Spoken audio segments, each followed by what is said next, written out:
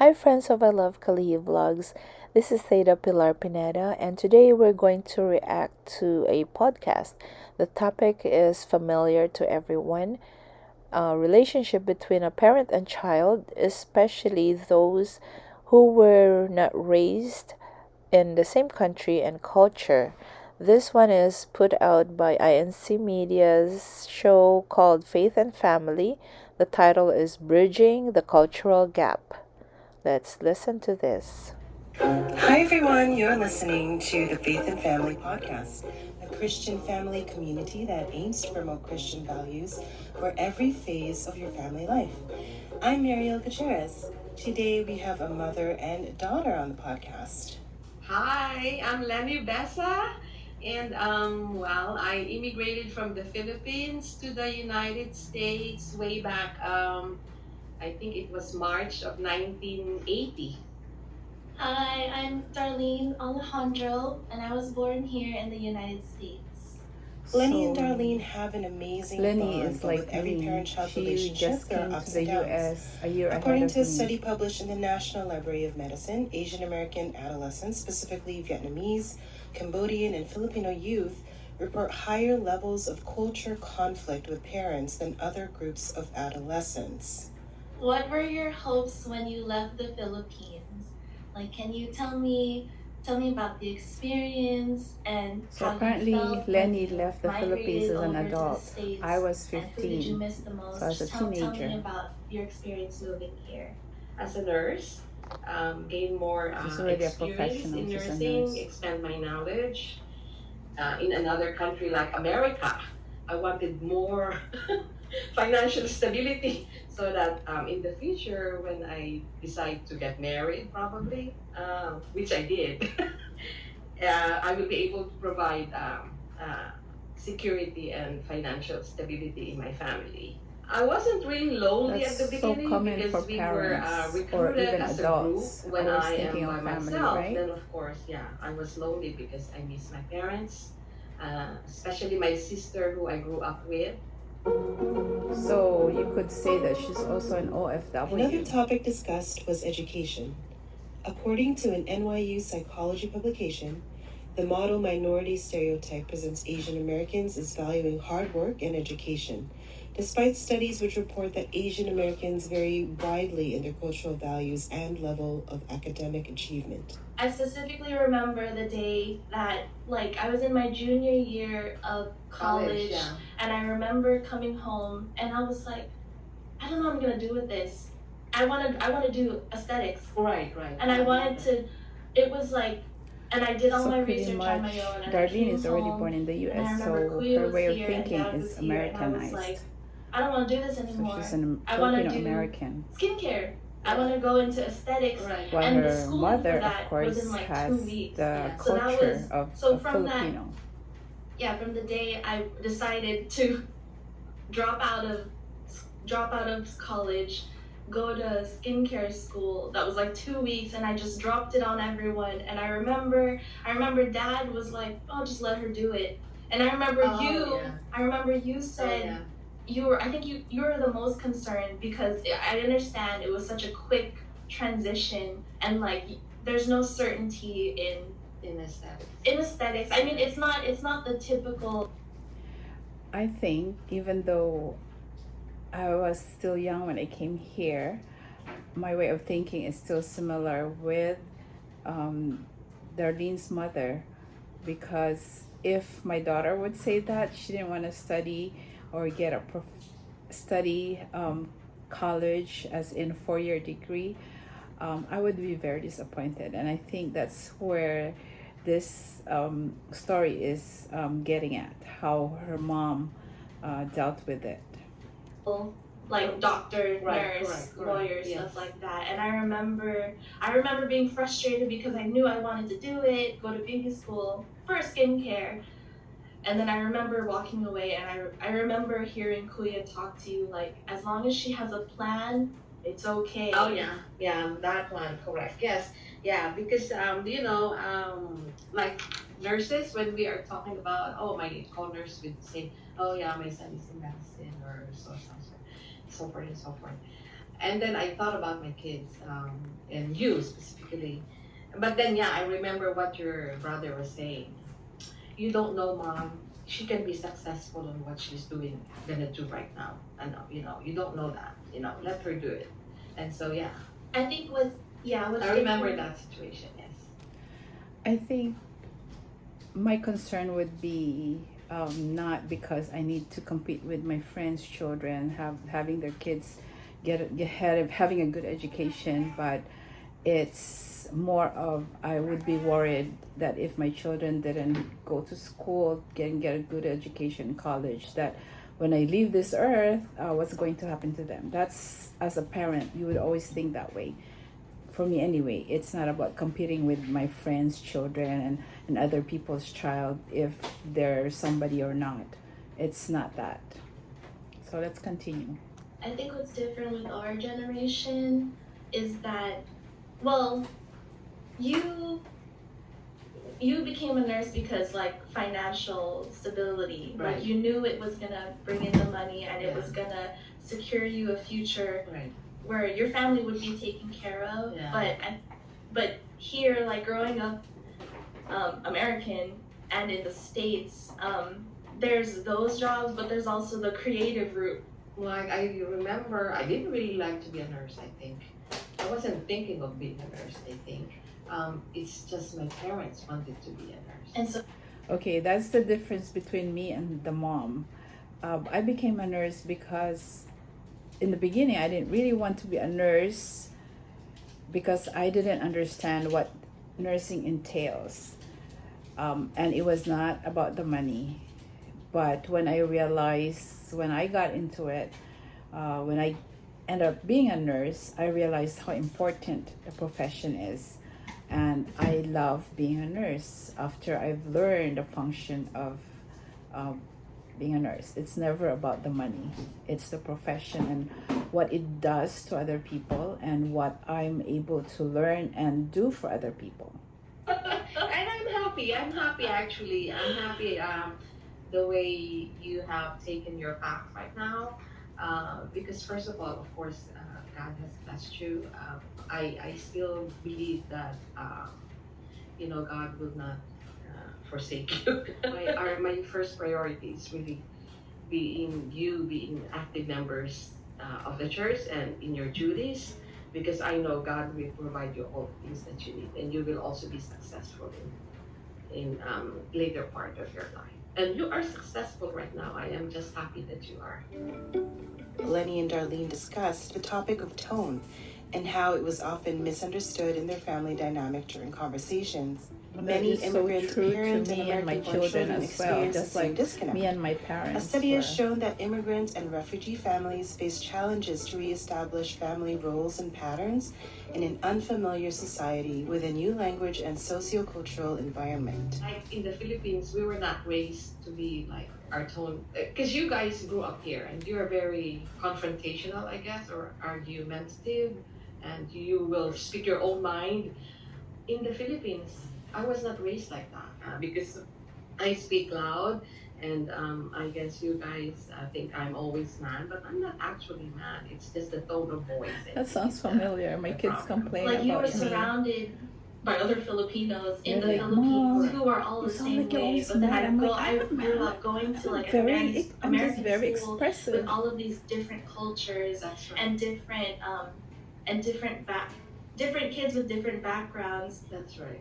So growing up, we had way more perspective and influence, just That's cultural, American That's cultural true. influence. Growing up in the Yeah, 'cause Philippines, I that's the only remember culture also when that you you were know. a teenager, when you were young, your dad will always get mad at you because of the way you speak. Oh, I know.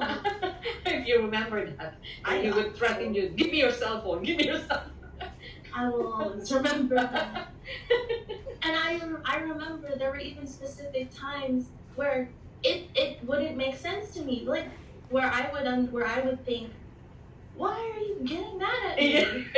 Yeah. Like it didn't make sense to me because sometimes in my head I'm just like, I'm just trying to talk. Yeah, I mean, right. okay, granted. So now you understand how we are. when we say that because that's how we were raised. I This is even understand that I can interesting come in my off a little bit household strong because if we're a I say three something's a certain tone, Right. three especially like generation talking to household, you and right? dad I came and here Queen when I was growing a up. teenager, but I grew But up mostly in the Philippines, honestly, I think it's and my because parents I are got even married. the I think older it's opened up generation my than I have eyes my to children Yeah. born and raised to a here. lot of our relationship. So looking back now, I think where we conflicted in tone, at least for me, is I felt like whenever I would say something, you took it as I'm mad or I'm confrontational Right. or I'm disrespectful. Yeah. But then in my head, whenever I would say what I want or I would say what I mean, in my head, it would come off as I'm just trying to express exactly what I want. I'm just trying to tell you what I mean. And I think that's still me today. Like when I do say something or when I'm just having a conversation or when I'm stating something, there's no guessing. It's like it's exactly what I mean. That's you don't have to think about Yeah. it. When I say Because like I that's- want to do this, that's exactly what I mean. I Yeah. want to do this. Yeah, because that's how you were raised. I mean, that's how kids are raised here in America. But kids in the Philippines, they're raised differently.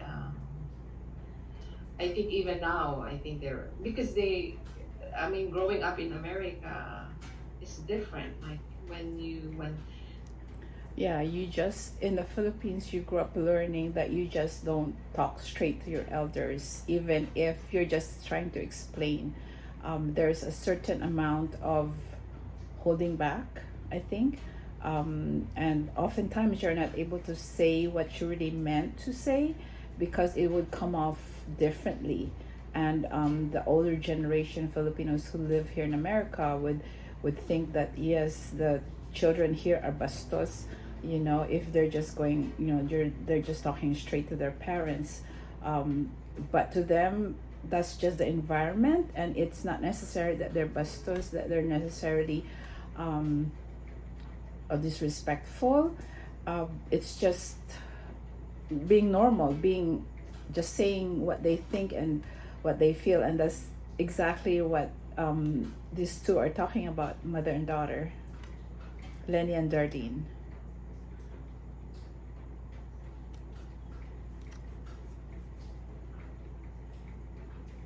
going to school in America and the way you are taught here is different, I think, than the way we were taught in the Philippines. Darlene, now a newlywed, talks with Lenny about her realizations as she grows older. In the end, their mother-daughter dynamic continues to evolve, but they are taking more strides at bridging their cultural gap with one thing in particular: their faith. So you know how I moved away? Well, like I just said, I think our relationship is way better now. Even though we don't talk every single day, I think it's healthier now compared to like when I was growing up here and we both didn't understand each other.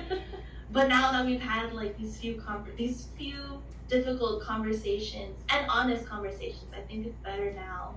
But even so, now that I moved away, how do you feel like we keep up this relationship?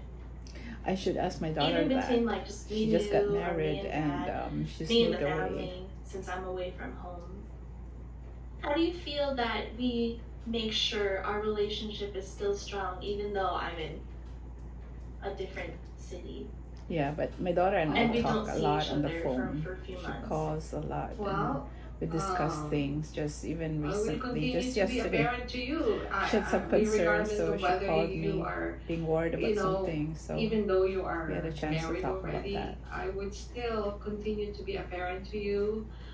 Still reminding you. That's so one thing important, about just being like a what you said, Christian, I was still and telling you with to that pray. Filipino culture as well, that And you now don't that I'm married, outgrow being a he gets the parent, and you reminder don't too. outgrow being a child of your Yeah, parent. as he said, We parenting welcome doesn't stop. I mean, it will advice go from our forever, parents, even though you have and already your we feel kids, that and we you need will to do take the care of same our thing to children your by kids. reminding That's them. how it is. That doesn't mean we are Just interfering always with be their there, lives when for they're you married, and always reminding but we you will always be here to and remind our understanding children. each other and respecting you as being a married person now.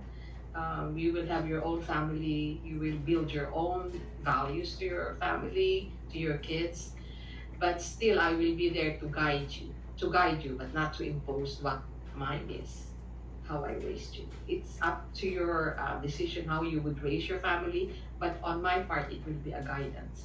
You know, that makes me think about, and that makes me look forward to when I do have my own kids. And I think that's where we're gonna have more of these conversations, because I'm not gonna understand. Yeah, my prayer for you is you stay I think the strong in your important thing faith is communicating. and raise your family also to be strong Don't in hold the faith. anything back, My prayer for you is and to have that trust that you are always successful there for each marriage. other. So communication between you and your husband is important.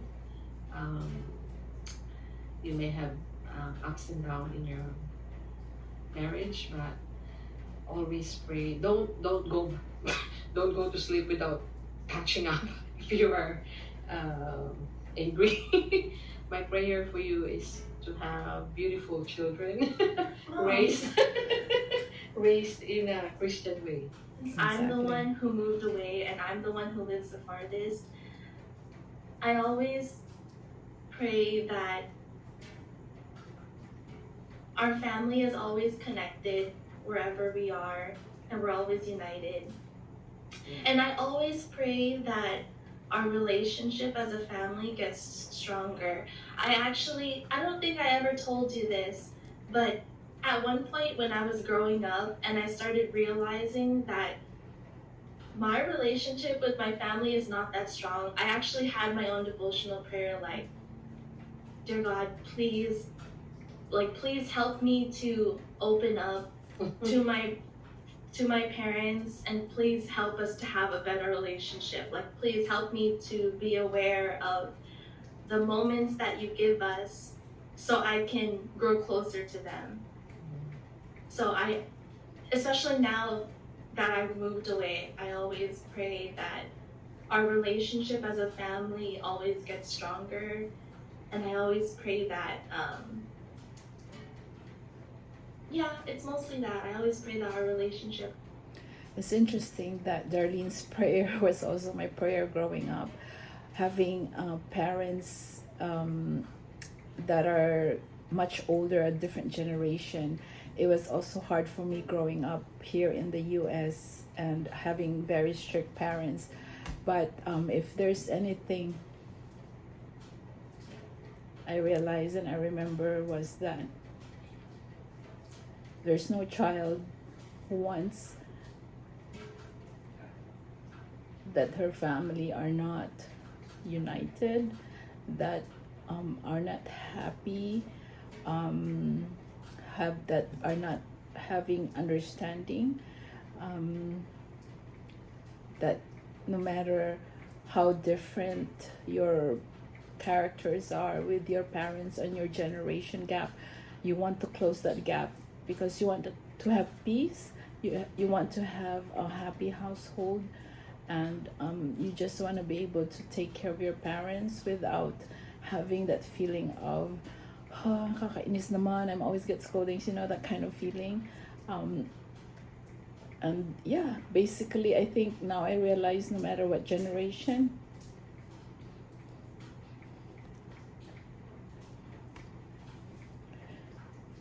in as much that our parents pray for us to have a successful life, having even our own families, I think all children would always have the same prayer towards their parents. As a family gets stronger, and that we're always content. Mom, I am proud of you because of your confidence. Really, of your confidence and the way that you did move to America on your own. You did go for that future that helped me and Kuya. And I'm actually proud of you just for being here in this conversation with me. And I'm proud that you and I have reached this point where you and I can both listen to each other and understand and accept. Like, coming from Different culture. like me growing up in America and being here talking to you about all of the differences throughout my life, throughout my life and my relationship with you, I'm proud that you have accepted and that you're willing to listen to everything I have felt about like my skin, how I feel about myself. I'm proud that you are willing to listen and strengthen our relationship as mother and daughter. Ah. Because like you mentioned earlier, I mean it's better now Yeah. than when I was growing up. So That's correct. I'm proud of you, since it was also mentioned earlier that Filipinos don't really express themselves. I'm proud that you have gotten to that point now. Yes. It can always Filipinos get better. We're sometimes still their getting expression better, but is I'm proud getting that we're here upset, now. or kind of beating around the What should I bush. say? Okay. I am proud of you, of what you have become today. And I have been proud of you actually. Not only today, I have been proud of you growing up to be independent, very independent. I feel like this is a thing. Although at sometimes least we don't now, mention it like, to our children, like it's a thing in the world. or our to parents have don't say that. difficult In fact, I conversations remember and to I was have already honest in high school, conversations. Because and I that's how you graduated grow. with That's honors how you when my mom like actually expand. said, That's how you understand. But she I hugged think me to like everything we congratulate talk me about now, and at told least for me for the Filipinos, first you time don't talk about ever, this stuff. I love you and I'm No, proud just of like you. what I said, Would you we believe that? never had this chance when you were But growing I never up. felt like my Sakura mom said, didn't love me I just was because she didn't before say it. It's you have a just the different Filipino kind of culture that they whatever don't you have. Or often like say we it in did have the words. chance, I mean, but I it's know it's like, changing now, which is good how do I talk to because my mom because she maybe always of thinks social I'm mad? media. And then you are like, how do I get her to understand because she always thinks I'm mad? Yeah. And that's the last bit. That's where it all ended. Yeah, it all ended there. And we understood each other. I'm Mariel Gutierrez. Thanks for listening to the Faith and Family Podcast. Don't forget to like and subscribe and follow INC Media News on Instagram for the latest on incmedia.org.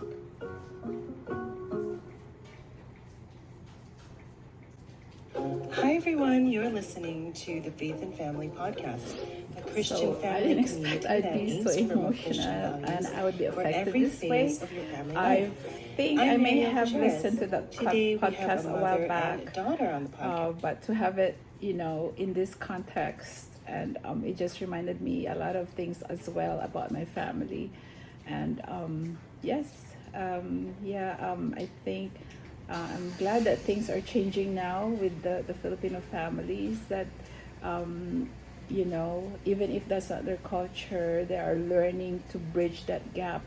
And I think that's one of the good things, one of the few good things about the social media, that you see people around the world, the other cultures, and you learn as well. You take what is good from other cultures and you include that, you adapt to that, and that's a good thing. And so that's what's positive about it. And I'm glad I was able to share that with you today.